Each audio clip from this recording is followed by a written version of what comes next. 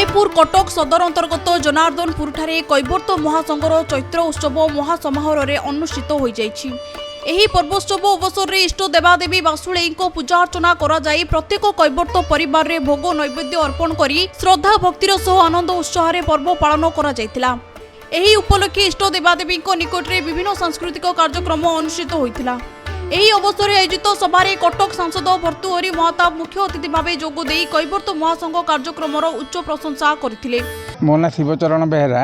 चैती पर्व माँ बासुले हूँ आमर अधिष्ठात्री देवी तांकरी उद्देश्य रे चैत्र पूर्णमी कैवर्त जातिर पर्व पालन करा जाए।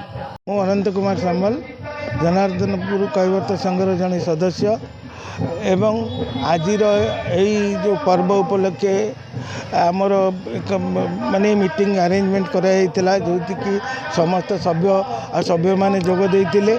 द्विजेंद्र कुमार सामल जनार्दनपुर आम मैंने समस्ते लगिपाति बहुत प्रचेषार आज ये संघटी को 5 वर्ष है चले आम संघटी बर्तमान बहुत शिशु अवस्था अच्छी।